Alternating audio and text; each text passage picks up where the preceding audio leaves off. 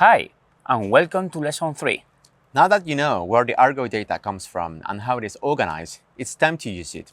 As an essential requirement for this lesson, the basics of Python are needed. If this is not your case, don't worry. We begin at the basic level, and additionally, we recommend a Python tutorial which is listed in this section, so you can get further into Python if you want. For all of you who decide to jump straight to Lesson 3, because you already have basic programming skills or know enough about the Argo program, you are also welcome. In this lesson, we show how to analyze and deal with the most relevant aspects of the Argo data.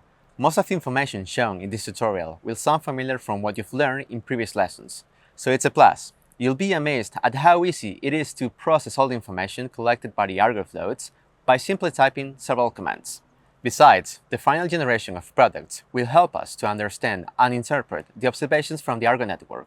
The friendly Jupyter Notebook interface will be the interactive work environment in which we will run the Argo data analysis. By now, you will be more than accustomed to Jupyter Notebooks.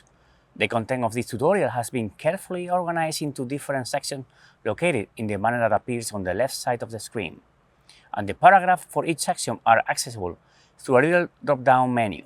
In the upper right part of the screen, you will get access to the full screen mode and quick access to the GitHub repository that contains all the information of the Argo Online School, having the option of downloading it in Jupyter or PDF format.